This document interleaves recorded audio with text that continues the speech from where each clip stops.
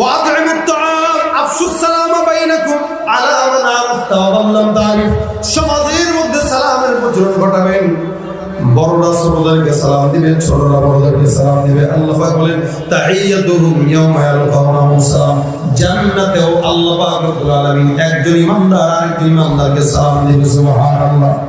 এমনকি আল্লাহ পাক নিজে সালাম দিবেন, বলেন সালামুন কাওলাম মির রাব্বির রহিম। সালামের প্রচলন ঘটান, শত্রুতা বন্ধুত্বে রূপান্তরিত হয়ে যাবে। পারবেন তো? কথা বল না, পারবেন? বাবা মাকে দিবেন, মা বাবাকে দিবেন, সন্তান বাবা মাকে দিবেন, মা বাবা সন্তানকে দিবেন। এটা সালাম রাসূলের সুন্নাত। অনেক সময় আমরা গ্রামে হাঁটি, কোনো বাচ্চা মাদ্রাসায় পড়ে, যদি সালাম না দেয় আমরা বলি এই তুই কোন জায়গার ছাত্র রে? অমুক জায়গায়। তোর লজ্জা শরম নাই? তোর হুজুর তোর